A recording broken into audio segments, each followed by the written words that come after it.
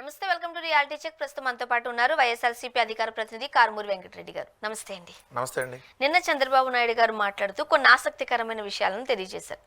అధికారంలోకి వచ్చింది 6 పథకాలు అంటే 6 గ్యారంటీస్తో వచ్చారు. ఖచ్చితంగా సూపర్ 6 కొట్టి తీరుతామని ప్రజలకు చెప్పారు. ఇప్పుడు జగన్మోహన్ రెడ్డి గారు చేసిన తప్పులు ఏవైతే ఉన్నాయో వాటి వల్ల అమలు చేయాల్సిన సంక్షేమ పథకాలను అమలు చేయలేకపోతోంది ప్రభుత్వం. ఇది కాస్త కష్టసాధ్యమే. అది సారాంశంగా చూస్తూ ఉన్నారు. మీరేం చెప్తారు? ఇప్పుడు మనం తప్పులు చేసి ఆ తప్పులను కవర్ చేసుకోవడానికి అవతలాల మీద నెడితే ఇప్పుడు చంద్రబాబు నాయుడు గారు మాట్లాడుతున్న తీరుగా అనిపిస్తుంది. ఇప్పుడు మీరు అధికారంలోకి వచ్చే ముందు చెప్పినటువంటి మాటలు ఏంటి? ఈ రాష్ట్రంలో 14 లక్షల కోట్ల రూపాయల అప్పులు ఉన్నాయి.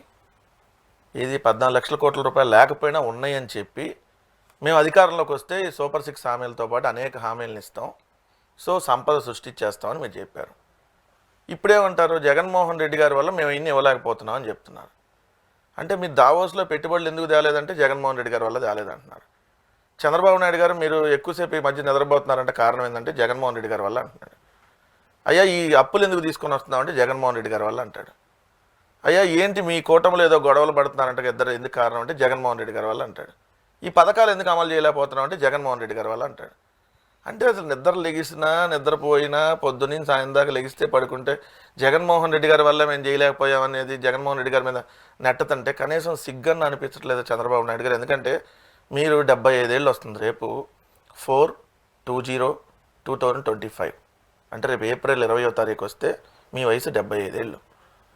అంటే 75 ఏళ్ళ వయసులో ఇంకా మీరు ప్రజలను మభ్యపెట్టడానికి మీరు చేయలేనటువంటి హామీలన్నింటినీ చేస్తానని చెప్పి ఏదైతే అబద్ధాలు చెప్పి అధికారంలోకి వచ్చారో అవి చేయలేరు. కాబట్టి దాన్ని జగన్మోహన్ రెడ్డి గారి మీద నెట్టడం ఏంటి? జగన్మోహన్ రెడ్డి గారు ముందే చెప్పాడు కదా, ఇది కూడా నేను ఇస్తున్న పథకాలకి ఇంత ఖర్చు అవుతుంది సంవత్సరానికి.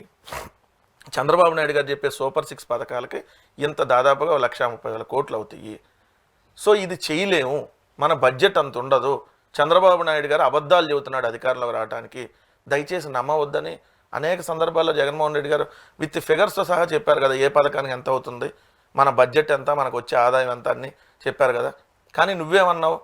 అసలు నేను రాగానే సంపద అనేది పరుగులెత్తిద్ది, సంపద అనేది పరిగెత్తిస్తా, సంపద సృష్టిస్తా కాబట్టి పథకాలు ఇస్తా అన్నాం. అంటే జగన్మోహన్ రెడ్డి గారు చేసిన అంటే అమలు పరిచిన సంక్షేమ పథకాల విషయానికి వస్తే బటన్ నొక్కితే ఎవరైతే పేద బడుగు బలహీన వర్గాలు ఉన్నాయో వాళ్ళందరి అకౌంట్లోకి అయితే డబ్బులు పడిన మాట వాస్తవం. అది కాదనలేం కూడా, ఎందుకంటే వాళ్ళు బయటకు వచ్చి చెప్తారు. వృద్ధులు కావచ్చు, వికలాంగులు కావచ్చు, పెన్షన్ కావచ్చు, బటన్ నొక్కి డబ్బులు వేశారు అంతే. ఇప్పుడు రాష్ట్రాన్ని అంత అప్పుల పాలు చేసేసి ఎందుకు అంతగా డబ్బులు ఇచ్చేశారు? ఒక రకంగా చెప్పాలంటే ఇది ప్రజల్ని కాస్త బద్దకస్తులు చేయడం అనే ఆరోపణ కూడా అప్పట్లో ఎదుర్కొన్నారు. ఎవరు చెప్పారు అప్పులు చేసి జగన్మోహన్ రెడ్డి గారు సంక్షేమ పథకాలు ఇచ్చారు, లేదంటే అప్పులకు గొప్ప రాష్ట్రం అయిపోయిందని? మీరు కూడా చంద్రబాబు నాయుడు గారు చెప్పినట్టుగా ఏంటి అట్లా? ఎందుకంటే ఆంధ్రప్రదేశ్ రాష్ట్ర అప్పులకు సంబంధించినటువంటి ఫిగర్స్ ఇవి. ఈ ఫిగర్స్లో అప్పులు ఏం అప్పులు ఉంటాయనే దాని మీద ఏదైతే జనరల్గా రిజర్వ్ బ్యాంక్ నుంచి తీసుకునేటటువంటి అప్పులు, అలానే ప్రభుత్వ గ్యారంటీతో తీసుకునేటటువంటి రుణాలు, ఏదైతే ప్రభుత్వ గ్యారంటీ లేకుండా కార్పొరేషన్ ద్వారా తీసుకునేటటువంటి రుణాలు, విద్యుత్ సంస్థలకి మనం చెల్లించాల్సిన అప్పులు, విద్యుత్ సంస్థలపై ఉన్నటువంటి అప్పులు, ఇవన్నీ మొత్తం చూసుకున్నా కూడా జగన్మోహన్ రెడ్డి గారు అధికారంలోకి దిగిపోయే సమయానికి ఉన్నవి 7,48,612 కోట్లు. అదే చంద్రబాబు నాయుడు గారు అధికారం దిగిపోయేటప్పుడు ఉన్నది 4,08,170 కోట్లు. వారసత్వంగా మనకి రాష్ట్ర విభజన అప్పుడు వచ్చినాయి 1,53,000 కోట్లు ఉన్నాయి. అంటే 1,53,000 కోట్ల నుండి చంద్రబాబు నాయుడు గారు 4,08,000 కోట్లు తీసుకెళ్లాడు. అంటే 21.63% పెరిగింది. కానీ జగన్మోహన్ రెడ్డి గారు ఉన్న తర్వాత 12.9% కేవలం పెరిగినాయి అప్పులు. అంటే మరి జగన్మోహన్ రెడ్డి గారు తక్కువ చేసినట్లు లెక్క కదా అప్పులు. అంటే మీరు 1,53,000 నుంచి 4,08,000 కోట్లు చంద్రబాబు నాయుడు గారు తీసుకెళ్తే జగన్ గారు దాన్ని 7,48,000 కోట్లు తీసుకుని వెళ్ళారు. కానీ మీరు ఆ రోజు అధికారంలోకి వచ్చేటప్పటికి మా ఖజానాలో ఉంది కేవలం 100 కోట్ల రూపాయలు, తెల్లారితో శాలరీలు ఇవ్వాల్సిన పరిస్థితి. కానీ మేము అధికారం దిగిపోయే సమయానికి మీకు 8,000 కోట్ల రూపాయలు ఖజానాలో డబ్బులు పెట్టి వెళ్ళాం. సో మేము ప్రజల్ని ఏదో సోమరిపోతులు చేసేసామనే తప్పుడు కోతలు కూసేవాళ్ళు నేను ఒకటే అడుగుతున్నా. మేము 10,000 ఇస్తే 15,000 ఇస్తామని మీరే కదా. మేము వాహనమిత్ర ఎవరైతే ఆటో అన్నలకి 10,000 రూపాయలు మేము ఇస్తుంటే మేము 15,000 ఇస్తామని మీరే కదా. మత్స్యకార అన్నలకి మత్స్యకార భరోసా కింద మేము 10,000 ఇస్తే 15,000 ఇస్తామని మీరే కదా. మేము అమ్మఒడి ద్వారా ప్రతి తల్లికి మేము 15,000 వేస్తే తల్లికి ఎంతమంది పిల్లలు ఉంటే నీకు 15 అందు మీరే కదా. మహిళలకు నెల 1,500 ఇస్తానందు మీరే కదా. మహిళలకు ఉచితంగా బస్సు ప్రయాణం కల్పిస్తానందు మీరే కదా. మరి మీరు కదా ఇట్లాంటి వాగ్దానాలను చేసింది. మేము ఏదైతే చెప్పామో అది చేసి ఇదిగోండి అభివృద్ధి కార్యక్రమాలకు సంబంధించి ప్రతి గ్రామంలో ₹1 కోటి పెట్టి రైతు భరోసా కేంద్రం, సచివాలయం, హెల్త్ క్లినిక్, ఏదైతే డిజిటల్ లైబ్రరీ ఇట్లాంటి బిల్డింగ్లు నిర్మాణం చేసాం, 4 పోర్టులు, 10 ఫిషింగ్ హార్బర్లు, 6 ఫిష్ ల్యాండ్ సెంటర్లు, 17 మెడికల్ కాలేజీలు ఈ నిర్మాణాలను మేము చేపట్టాం. సో మేము మీరు చేసినటువంటి తప్పుడు ప్రచారం వల్ల ఓడిపోయాం. ఎందుకు? మేము ఎంత ఇస్తే మేము ఎంత ఇస్తాం. సో అసలు మేము ప్రతి ఊరిని సింగపూర్ చేస్తాం, ప్రతి ఒక్కరిని కోటీశ్వరుని చేసేస్తాం, ప్రతి ఒక్క నిరుద్యోగ వృత్తి ఇస్తాం. ఇట్లాంటి తప్పుడు హామీలన్నీ మీరు వచ్చి అధికారంలోకి వచ్చారు. వచ్చి ఇప్పుడు ఏమంటారు చంద్రబాబు నాయుడు గారు? నేను చెయ్యలేను, డబ్బులు లేవు, 2047 సంవత్సరం వస్తే అంట, ఆ 2047కి ఆర్థిక వృద్ధి 15% పెరిగిద్దంట, అప్పుడు ఇస్తాడంట. నీ వయసు ఎంత చంద్రబాబు? ఇప్పుడు నీ వయసు అంతా 75 ఏళ్ళు, నీ వయసు 99 ఏళ్ళు వస్తాయి అప్పుడు. అయినా నీకు అధికారం ఇచ్చింది 5 ఏళ్ళకే కదా.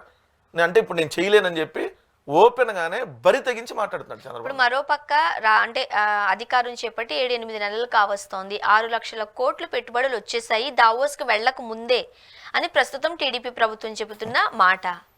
ఎక్కడి నుంచి వచ్చినాయి అంటే 6 లక్షల కోట్లు? ఈనాడు అని ఆంధ్రజ్యోతి పేపర్లో వచ్చినాయి. ఎక్కడ ఏదా చెప్పండి? 6 లక్షల కోట్లు అంటే ఇప్పుడు మొన్న ఎన్టీపీసీకి సంబంధించి ప్రధానమంత్రి గారు వచ్చింది, అది ఎవరి హయాంలో వచ్చింది? అది వేస్తున్నారు 5 లక్షల కోట్లు. లేదు, అది జగన్మోహన్ రెడ్డి గారు ఉన్నప్పుడే తీసుకొని వచ్చింది. లేదంటే రైల్వే జోన్ వస్తే అది రైల్వే జోన్కి సంబంధించి భూసేకరణ అన్నీ జరిగింది ఎవరి హయాంలో? అదేవిధంగా బల్క్ డ్రగ్ పార్కు ఎవరి హయాంలో వచ్చింది? బల్క్ డ్రగ్ పార్కు అంటే జగన్మోహన్ రెడ్డి గారి హయాంలో వచ్చినాయి, మీ హయాంలో వచ్చినట్టుగా వేసేసుకొని అయ్యే పెట్టుబడులు వచ్చేస్తుంది అని రాసేసుకుంటే ఎవరికో పుట్టినటువంటి కొడుక్కి ఈ కూటమి ప్రభుత్వం తండ్రి అని చెప్తుంది. నేను అంతకంటే పచ్చి వర్డ్స్ వాడాలి వాస్తవంగా అయితే. సిగ్గన్న ఉండాలిగా చెప్పుకోవడానికి. దావోస్ పోయావు, అసలు పరువు తక్కువగా అంటే ఆంధ్రప్రదేశ్ రాష్ట్ర ప్రజలు పరువు తీసుకొచ్చావు వెళ్ళి. ఆంధ్రప్రదేశ్ అంటే చులకనగా మిగిలిన రాష్ట్రాలు చూసే విధంగా చేసి వచ్చావు వెళ్ళి. ఎందుకంటే ఒక్క కంపెనీతో కూడా ఎంఓయూ కుదుర్చుకోకుండా. అంటే పారిశ్రామికవేత్తలు భయపడుతున్నారు, మళ్ళీ జగన్మోహన్ రెడ్డి గారు అధికారంలోకి వచ్చినట్లయితే మా పరిస్థితి ఏంటి, సో బాండ్ పేపర్ మీద రాసిమ్మంటున్నారు అని కూడా చెప్పేది టీడీపీకి సంబంధించిన నేతలే. అట్లా చెప్పలేదని పారిశ్రామికవేత్తలు, మీకు ఉల్టా చెప్తున్నారు వీళ్ళు. బాబు మళ్ళీ ఎట్లయినా జగన్మోహన్ రెడ్డి గారు అధికారంలోకి వస్తారు, మేము అప్పుడు పెట్టుబడులు పెడతాం, మీ హయాంలో పెట్టుబడులు పెడితే మేము ఆరిపోతాం. ఎందుకంటే మీరు పారిశ్రామికవేత్తలను ఒక దొంగల్లాగా చూస్తారు. అదానీని దొంగ అన్నారు కదా వీళ్ళే, అంబానీని దొంగ అన్నారు కదా, జిందాల్ని దొంగ అన్నారు కదా, ఎవరన్నా పెట్టుబడులు పెట్టడానికి వస్తుంటే వాళ్ళకి అందరికీ దోచి పెడుతున్నారన్నారు కదా. హనీ ట్రాప్ నటీలతో ఏదైతే వీళ్ళు ఏమేం చేయించారో మీరు అన్నీ చూశారు కదా, జిందాల్ని పారిపోయేటట్టు చేశారు కదా వీళ్ళే. సో జగన్మోహన్ రెడ్డి గారి హయాంలో ఒక్క సమ్మిట్, విశాఖపట్నంలో సమ్మిట్కి 13 లక్షల కోట్ల రూపాయల పెట్టుబడులు వచ్చినాయి.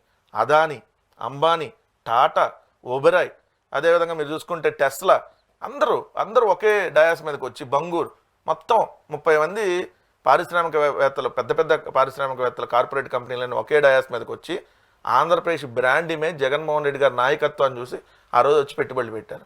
మరి ఇప్పుడు ఎందుకు మిమ్మల్ని చూసి ఒక్కరు పెట్టుబడి పెట్టడానికి రాలేదు? ఎందుకంటే దావోస్ పోయితే మీరు 1997లోనే మీరు వెళ్ళారు దావోస్. భూమి పుట్టినప్పుడు పుట్టావు నువ్వు. సో భూమి పుట్టినప్పటి నుంచి పోతానే ఉన్నావు. కానీ నువ్వు అత్యంత సీనియర్వి, నేను చూసి ఒక్క కంపెనీ రాలా. నీకంటే జూనియర్ పక్కన తెలంగాణలో వాళ్ళు పెట్టుబడులు తెచ్చుకున్నారు, పక్కన మహారాష్ట్రలో వాళ్ళు తెచ్చుకున్నారు, కానీ నేను చూసి ఒక్కరు కూడా ఎందుకు రాలా?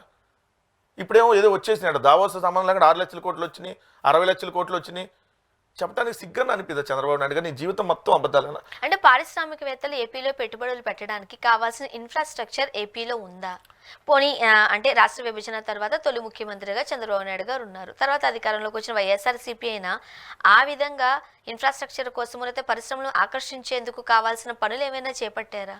సార్ ఉండబట్టే విశాఖపట్నం సమ్మిట్కి 13 లక్షల కోట్ల రూపాయలు 388 ఎంఓయూలు కుదిరినాయి.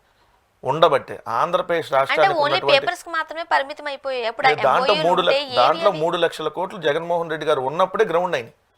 ఏది 13 లక్షల కోట్ల రూపాయల పెట్టుబడిలో జగన్మోహన్ రెడ్డి గారు ఉన్నప్పుడే 3,80,000 కోట్లు గ్రౌండ్ అయినటువంటి పరిస్థితి. రెండో అంశం వచ్చేటప్పటికి మన రాష్ట్రానికి ఉన్నటువంటి ఫెసిలిటీస్ మిగిలిన రాష్ట్రాలకు లేవు. ఎందుకంటే అత్యధిక సముద్ర తీరం ఉన్నటువంటి రాష్ట్రం మన రాష్ట్రం. ఎందుకంటే ఫస్ట్ గుజరాత్ భారతదేశంలో, సెకండ్ 1000 కిలోమీటర్లు ఈరోజు సముద్ర తీరం ఉన్న ప్రాంతం ఆంధ్రప్రదేశ్. సో మనకు రోడ్డు మార్గం, రైల్వే మార్గం, జల మార్గం, వాయు మార్గం, విశాఖపట్నం లాంటి ఒక పెద్ద నగరం ఉంది పెట్టుకోవడానికి. కానీ చంద్రబాబు నాయుడు గారు పారిశ్రామికవేత్తల దగ్గరికి వెళ్ళి పారిశ్రామికవేత్తలకి ఇవన్నీ చెప్పి, ఇదిగోండి మీకు మా దగ్గర ల్యాండ్ బ్యాంక్ ఉంది, కావాల్సినంత వాటర్ ఫెసిలిటీ ఉంది, కావాల్సిన విధంగా మీకు శాంతి భద్రతలు ఉన్నాయి, మీకు అంతా ఫుల్ ఫ్లెడ్జ్డ్గా మేము రక్షణ కల్పిస్తారు రండి అని చెప్పాల్సింది పోయి, సాక్షాత్తు ముఖ్యమంత్రి అక్కడ ఉంటాడు, ముఖ్యమంత్రి కొడుకు ఉంటాడు, పరిశ్రమల మంత్రి ఉంటారు, పారిశ్రామిక శాఖ మంత్రి, పరిశ్రమల మంత్రి నేసి నిలబడి కాబోయే ముఖ్యమంత్రి లోకేష్ అంటాడు. తండ్రిని పెట్టుకుని కొడుకు ముఖ్యమంత్రి అంటే పారిశ్రామికవేత్త ఏంద్రబాబు ఈ తండ్రి కొడుకులు ఈయన ముఖ్యమంత్రిగా ఉండగా మళ్ళీ ముఖ్యమంత్రి అని ఇక్కడ దావోస్ వచ్చి కూడా కేకలు పెట్టుకుంటున్నారు, సంథింగ్ ఏదో నడుస్తుందని అనుకోరా? సాక్షాత్తు ఉప ముఖ్యమంత్రి. ఈ రాష్ట్రంలో శాంతి భద్రతలు లేవు, ఈ రాష్ట్రంలో శాంతి భద్రతలనే ఘోరంగా విఫలమైనవి. హోంమంత్రి ఏం చేస్తున్నావు, డీజీపీ ఏం చేస్తున్నావు, నాకు కానీ హోంమంత్రి ఇస్తే నేను పగలదేస్తా, బయటికి వెళ్తే తిడుతున్నారు అన్నాడు. మరి హోంమంత్రి ఇక్కడ శాంతి భద్రతలు లేవు అంటే ఏ కంపెనీ పెట్టుబడి పెట్టడానికి వస్తుంది? అదేవిధంగా మీరు చూస్తే ఇప్పుడు నారా లోకేష్ అక్కడికి వెళ్ళి రెడ్ కార్పెట్ వేస్తాం రండి అని చెప్పాలి, రెడ్ బుక్ రాజ్యాంగాన్ని అమలు చేస్తా రండి అంటున్నాడు. పారిశ్రామికవేత్తల దగ్గరికి వెళ్ళి నువ్వేమనాలి? సార్ మా రాష్ట్రానికి రండి సార్, రెడ్ కార్పెట్ వేసి మిమ్మల్ని ఆహ్వానిస్తున్నామని చెప్పకుండా ఇట్లా ఏళ్ళు చూపించి రెడ్ బుక్ రాజ్యాంగాన్ని అమలు చేస్తా అంటున్నాడు. ఏది పారిశ్రామికవేత్తల ముందు? అంటే నువ్వు కక్షపూరితంగా వెళ్తానని పారిశ్రామికవేత్తల ముందే చెబుతుంటే ఏ పారిశ్రామికవేత్త అన్నా ఆలోచిస్తాడు కదా ఖచ్చితంగా. రెండు, ఈ రాష్ట్రంలో ఎక్కడికక్కడ చూస్తే రేపులు, హత్యలు, ఏదైతే కూటమి నాయకుల దౌర్జన్యాలు రోజు రోజుకి పెరిగిపోతూ ఉంటే ఎవరు ఏ కంపెనీ పెట్టుబడి పెట్టడానికి వస్తుంది?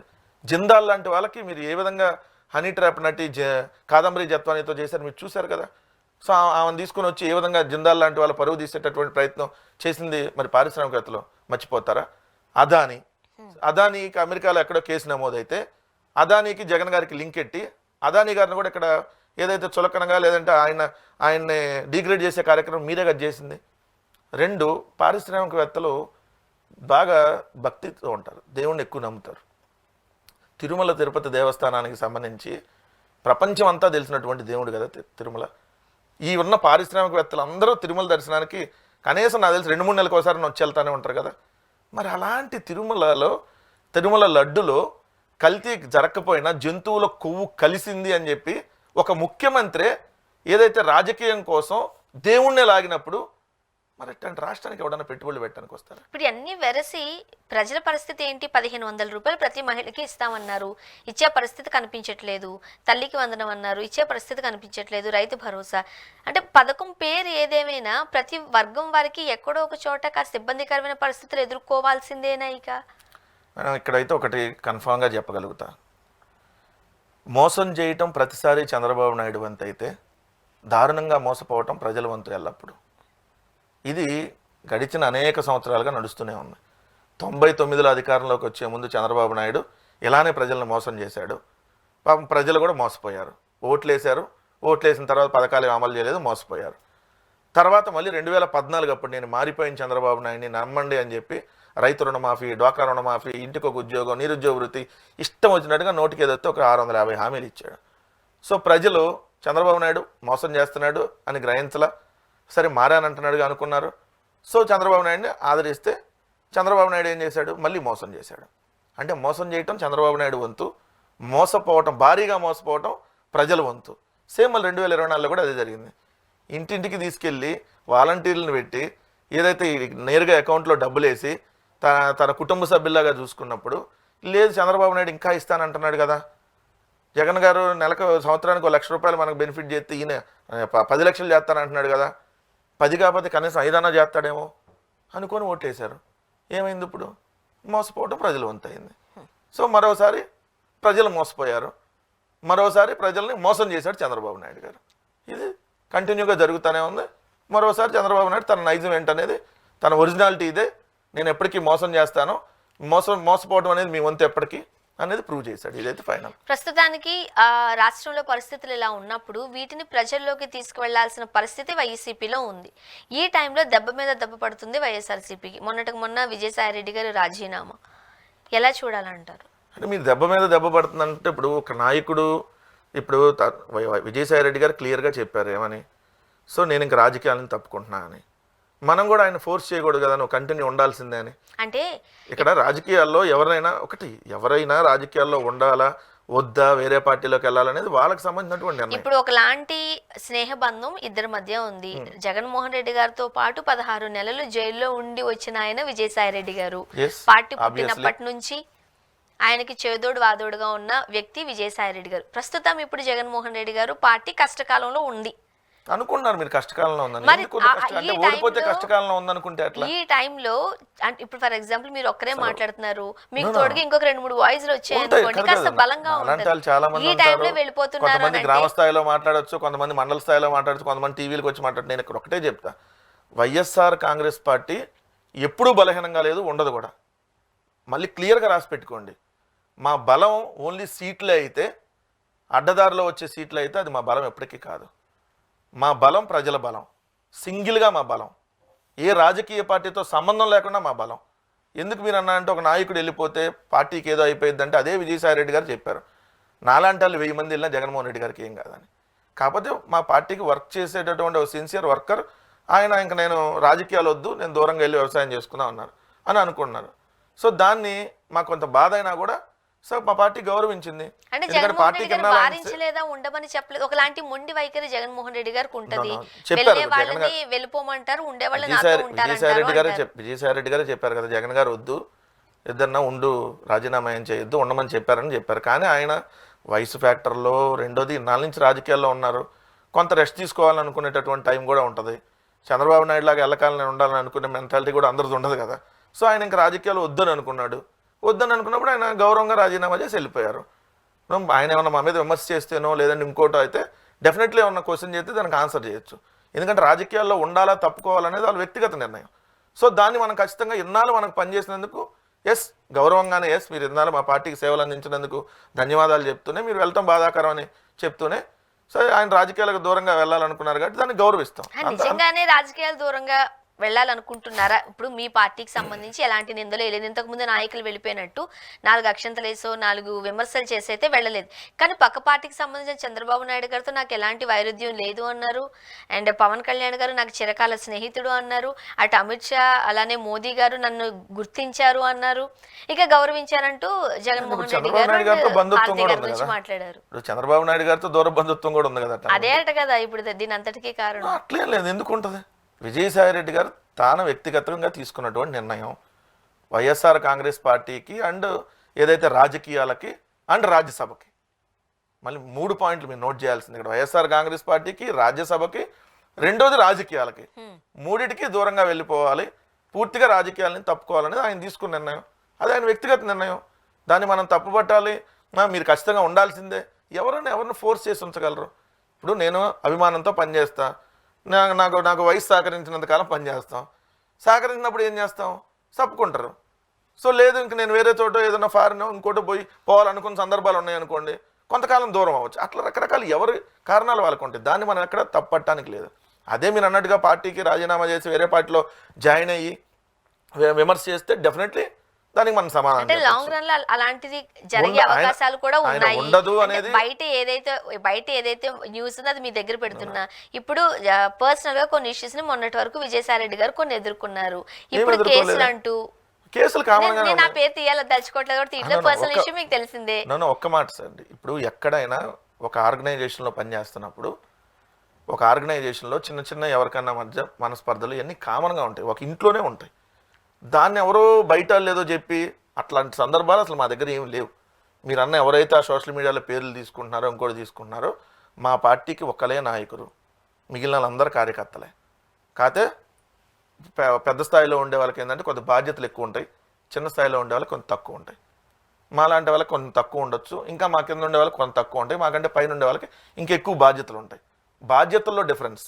నాయకత్వం only one and only Jaganmohan Reddy గారు. నేను మళ్ళీ ఇందా చెప్పాను కదా, వైఎస్ఆర్ కాంగ్రెస్ పార్టీ ఏదో బలహీనంగా ఉందనే వాళ్ళకి ఒకటే నేను సమాధానం చెప్పదలుచుకున్నా. మీరు బలహీనంగా ఉంది అని అనుకుంటానే ఉండండి, లేదంటే మీరు గట్టన కాలేరు. అవతలలో మేము బలహీనంగా ఉన్నామని అనుకుంటేనే మీరు బలంగా ఉండగలుగుతారు. కాబట్టి రోజు అలా అనుకోండి. ఆ రాజ్యసభ సభ్యత్వానికి సంబంధించిన సీటు వేరే పార్టీ వాళ్ళకి కావాలి, వాళ్ళు వేరే సెలబ్రిటీకి ఇవ్వడానికి ఆశపడుతున్నారు కాబట్టి ఇండైరెక్ట్ గా కేసులో ఏదో బెదిరించో భయపెట్టో అది తీసుకున్నారు. ఇది భయపడిపోయి విజయసాయి రెడ్డి గారు వెళ్ళిపోతారని అయితే నేను అనుకోవట్లా. ఎందుకంటే భయపడ్డారా ఆయన ఏది మీకు అనేక రకాల ఆఫర్లు ఎప్పుడూ చేశారు ఆయనకి, ఇప్పుడు కాదు. జగన్మోహన్ రెడ్డి గారు జైల్లో ఉన్నప్పుడే, లేదు మేము అపోజిషన్లో ఉన్నప్పుడే ఆయనకు పదవులు ఇస్తామని ఆయనకు రకరకాల ఆఫర్లు చేసి జగన్మోహన్ రెడ్డి గారి కేసులకు సంబంధించి మీరు ఆయన ఇరికించండి అని రకరకాలుగా ఎప్పుడో ప్రలోభాలకు గురి చేశారు. ఇప్పుడు కాదు, దాదాపు 15 ఏళ్ల క్రితం స్టోరీలు ఇవన్నీ. సో అప్పుడే భయపడినాడు, ఇప్పుడు భయపడతారని అనుకుంటే అది నేనైతే నమ్మట్లే. రెండు వాస్తవంగా ఆయన నా పర్సనల్గా నేను వ్యక్తిగతంగా అన్నప్పుడు మనం ఇంకా దాన్ని ప్రొలాంగ్ చేయకూడదు అనేది నా ఆలోచన. ఎందుకంటే ఆయన వ్యక్తిగతంగా తప్పుకుంటున్నాను, జగన్మోహన్ రెడ్డి గారు ఒక మంచి లీడరు, జగన్మోహన్ రెడ్డి గారికి నాలాంటి వాళ్ళు 1000 మంది వెళ్ళిపోయినా ఏం కాదు అని అంత పెద్ద స్టేట్మెంట్ ఆయన ఇచ్చినాక ఇంక మనం ఆయన గౌరవంగా రిసీవ్ చేయాలనేది మా అభిప్రాయం. ఓ పక్క వాలంటీర్లు ఏపీలో ఇప్పటికీ ధర్నాలు చేస్తూనే ఉన్నారు. మరోపక్క విశాఖ స్టీల్ ప్లాంట్కి సంబంధించి మొన్నటి వరకు అయితే ఒక 11,000 కోట్లు ప్యాకేజ్ లాగా ఇచ్చారు. బట్ ప్రైవేటీకరణ అయితే ఆపము అన్నట్టుగానే బీజేపీ నుండి సంకేతాలు వస్తున్నాయని అంటున్నారు. దీనికి సంబంధించి వైసీపీ స్టాండ్ ఏంటి? 11,000 కోట్లు ఇస్తానన్నారు. కేంద్ర ప్రభుత్వం ఇస్తానంటది. ఎందుకంటే పోలవరానికి సంబంధించి మొదటి దశ కంప్లీట్ అవ్వడానికి 12,000 కోట్ల రూపాయలకి జగన్మోహన్ రెడ్డి గారు ఉన్నప్పుడే ఇస్తా అన్నారు. జగన్మోహన్ రెడ్డి గారు అధికారంలో ఉన్నప్పుడే ఇంకా సంవత్సరంన్నర ఉండగా ఇస్తా ఉన్నారు. సంవత్సరంన్నర పోయింది, ఇప్పుడు 8 నెలలు పోయింది, ఇప్పటికీ రాలా. సో కేంద్ర ప్రభుత్వం అన్నీ అంతే ఉంటాయి చెప్పేవన్నీ. రెండు, స్టీల్ ప్లాంట్కి సంబంధించి ప్రైవేటీకరణ ఖచ్చితంగా చేస్తామని చెప్తున్నారు ఓపెన్గానే వాళ్ళు. దానిలో భాగంగానే స్టీల్ ప్లాంట్కి సంబంధించినటువంటి ఏదైతే దానికి అనుబంధంగా ఉంటాయో అగ్నిమాపక దళం ఆల్రెడీ ప్రైవేటీకరణ అయిపోయింది, నోటిఫికేషన్ ఇచ్చేశారు. ఆల్రెడీ ఎంప్లాయీస్కి సంబంధించినటువంటి వీఆర్ఎస్కి నోటిఫికేషన్ ఇచ్చేశారు. సో 1 by 1 అన్ని ప్రైవేటీకరణ అవుతుంది. రెండు, స్టీల్ ప్లాంట్ని ఏదైతే సెయిల్లో విలీనం చేయమంటే కుదరదని చెప్పేస్తున్నారు ఓపెన్గానే. సరే దానికి మైన్స్ ఇవ్వండి అంటే కుదరదని చెప్పేస్తున్నారు. సో 35,000 కోట్లు అప్పు ఉంటే 11,000 కోట్లు ఇస్తామంటున్నారు. ఆ ఇవ్వటం వల్ల ఎవరికి బెనిఫిట్? అది స్టీల్ ప్లాంట్ ఉద్యోగస్తులకు బెనిఫిట్టా? స్టీల్ ప్లాంట్కి ప్రైవేటీకరణ కాకుండా ఏమన్నా ఆపిద్దా? అది కాదు కదా. ఎవరైతే దాన్ని కొనుక్కుంటారో, అంటే మీరు ప్రైవేటీకరణ చేస్తున్నప్పుడు ఎవరైతే ఆ స్టీల్ ప్లాంట్ కొనుక్కుంటారో వాళ్ళకి అప్పు తగ్గిద్ది. 35,000 కోట్లు మీరు 11,000 కోట్లు ఇచ్చేస్తే ఆ కొనుక్కునేవాడికి అప్పు తగ్గిద్ది. అంటే బెనిఫిట్ పొందేది ఎవరు? కార్పొరేట్ సంస్థ బెనిఫిట్ పొందుతుంది. దానివల్ల ఏ స్టీల్ ప్లాంట్ ఉద్యోగి బెనిఫిట్ పొందడు. స్టీల్ ప్లాంట్ ఆల్రెడీ ప్రైవేటీకరణ 100% అవుతుంది. దానికి ఆల్రెడీ ప్రక్రియ ఎప్పుడో బిగిన్ అయింది. ఈ కూటమి నాయకులు దాన్ని కవర్ చేయడానికి ఆ ప్యాకేజ్ వచ్చింది, ఈ ప్యాకేజ్ వచ్చింది. ప్యాకేజ్ వస్తే స్టీల్ ప్లాంట్ ప్రైవేటీకరణ కాకుండా ఆగిద్దా? ప్రైవేటీకరణ ఆపండి. ఆపితే వాళ్ళు భూములు అమ్ముకొని ఇంకోటి అమ్ముకొని స్టీల్ ప్లాంట్ దానికి సంబంధించి గెట్న అవుతారు. సో ప్రైవేటీకరణ ఆపేస్తే దానికి సంబంధించి భూములు ఉన్నాయి, దాని విలువ దాదాపు 3 లక్షల కోట్లు స్టీల్ ప్లాంట్ భూములు కానీ steel plant total value. So ఆ 35,000 కోట్లు ఎంత ఈజీయే కదా. కానీ 3 లక్షల కోట్ల రూపాయల విలువైన ఆస్తుల్ని ఏ 35,000 40,000 కోట్లకో ఏ కార్పొరేట్ కంపెనీకో కట్టబెట్టేటటువంటి పెద్ద కుట్ర, కొన్ని వేల కోట్ల స్కామ్ జరగబోతా ఉంది. ఆ స్కామ్ కేంద్ర ప్రభుత్వం తెరలేపింది. సో స్టీల్ ప్లాంట్ 100% ప్రైవేటీకరణ అయ్యి తీరుతుంది. అండ్ ముఖ్యంగా షర్మిల గారు ఒక ట్వీట్ చేశారు నిన్న. అంటే తెర మీద బీజేపీతో పొత్తు టీడీపీకి ఉన్నట్లయితే తెర వెనుక వైసీపీ ప్రభుత్వం పొత్తులో ఉంది, అందుకే బీజేపీ దానికి సంబంధించి దేన్ని కూడా క్వశ్చన్ చేయట్లేదు అని. మీరేం చెప్తారు షర్మిల గారి ట్వీట్కి సంబంధించి? ఆమె ఇండైరెక్ట్గా చంద్రబాబు నాయుడుతో పొత్తులో ఉంటుంది కాబట్టి అందరు అవతలాలు కూడా అట్లానే ఉంటారేమో. ఆమె దొంగదారిలో ఇంటి పోరు ఎందుకు తప్పట్లేదు జగన్మోహన్ రెడ్డి గారు? రాజకీయాల్లో ఇంటి పోరు ఏం లేదు. ఇప్పుడు మా ఇంటికి సంబంధించిన వ్యక్తి కాదు, కంప్లీట్గా ఆ పార్టీకి సంబంధించినటువంటి వ్యక్తి. సో రాజశేఖర రెడ్డి గారి కుమార్తెగా కూడా ఈరోజు మేము చూసేటటువంటి పరిస్థితులు లేవు. ఎందుకంటే ఆ స్టేజ్ దాటిపోయింది. ఆమె ప్రవర్తించినటువంటి తీరు, ఆమె చేసినటువంటి అతి, ఆమె చంద్రబాబు నాయుడు గారి డైరెక్షన్లో జగన్మోహన్ రెడ్డి గారిని నాశనం చేయాలి, ఒక అన్ననే నాశనం చేయాలని చెప్పి ఏదైతే వెళ్ళినటువంటి చెల్లిగా ప్రపంచ రికార్డు సృష్టించింది ఆమె. సో ఇప్పుడు ఆమె ఏదో మాకు బీజేపీకి ఇండైరెక్ట్ పొత్తు ఉంది, ఇండైరెక్ట్ పొత్తు మాకు ఉంటే వాళ్ళతో ఎందుకు పొత్తు పెట్టుకుంటారు? వాళ్ళతో ఎందుకు పొత్తు పెట్టుకుంటారు? మాతోనే పెట్టుకుంటాం కదా. మమ్మల్ని అడిగారు పొత్తు పెట్టుకోమని, మేము పెట్టుకొని అన్నాక వాళ్ళతో వెళ్ళారు. సో మాకు ఓపు దాపరికాలు ఏం లేవు. మమ్మల్ని 2014లో కూడా పొత్తు అడిగారు, 19లో అడిగారు, గవర్నమెంట్లో జాయిన్ అవ్వమన్నారు, తర్వాత 24లో పొత్తు అడిగారు. మేము మత్తత్వ పార్టీ భారతీయ జనతా పార్టీ మేము వెళ్ళమన్నాం. సో మా స్టాండ్, మేము ఏ రాజకీయ పార్టీతో పొత్తులు వెళ్ళకూడదు అనేది మా స్టాండ్ ఉంది. ఇప్పుడు దాకా ఆ స్టాండ్ మేము మెయింటైన్ చేస్తూ వస్తున్నాం. సో ఆ స్టాండ్లోనే మేము ఉన్నాం. సో మాకు దొంగదారిలోనో లేదా ఇంకోళ్ళతోనో మాకేం అవసరం? మీకు అవసరం ఉంటుంది షర్మిల. నెక్స్ట్ ఎలక్షన్స్కి తప్పక పొత్తు పెట్టుకోవాల్సిన పరిస్థితులు ఉంటే ఒక్క మాట నేను చెప్తా, ఓటమి గెలుపు అనేది రాజకీయ పార్టీకి సహజం. రాజకీయ పార్టీకి సిద్ధాంతాలు ముఖ్యం. మేము సిద్ధాంతం ప్రకారం వెళ్తున్నాం. వాళ్ళు ఎన్ని రకాల ఈవీఎంలను మేనేజ్ చేసినా, ఎన్ని రకాల ప్రలోభాలకు గురి చేసినా, ఎన్ని పార్టీలు డైరెక్ట్గా ఇండైరెక్ట్గా కలిసి వచ్చినా 40% ఓటింగ్ అయితే తగ్గించలేకపోయారు కదా వైఎస్ఆర్ కాంగ్రెస్ పార్టీని. సింగిల్గా 1,32,00,000 మంది మమ్మల్ని నమ్మి ఓటేశారు కదా. సో మేము వాళ్ళ కోసం ఖచ్చితంగా మా సిద్ధాంతాలు మేము పక్కదారి పట్టించాలని అవసరం లేదు. మేము 2014లో ఓడిపోయాం, 19లో గెలిచాం, 24లో ఓడిపోయాం, 29లో గెలుస్తాం. గెలుపు ఓటమి సహజం రాజకీయ పార్టీకి. ఒకసారి ఓడిపోగానే రాజకీయ పార్టీ పని అయిపోయిందని అనుకుంటే అంతకంటే అమాయకత్వం ఇంకోటి ఉండదు. మేము చాలా బలంగా ఉన్నాం. వైఎస్ఆర్ కాంగ్రెస్ పార్టీ సింగిల్గానే బలంగా ఉంది, ఎప్పుడూ సింగిల్గానే బలంగా ఉంది. నలుగురు వస్తేనే మేము బలం పెరిగిద్ది, నలుగురు పోతే మా బలం ఉండదు అనుకునేది మిగిలిన రాజకీయ పార్టీలకు, మాకైతే కాదు. థ్యాంక్ యూ సో మచ్ అండి వెంకటరెడ్డి గారు, మీ అభిప్రాయాలు మాతో పంచుకున్నారు. Thank you very much. ఇది వాళ్ళ రియాలిటీ చెక్. Stay tuned.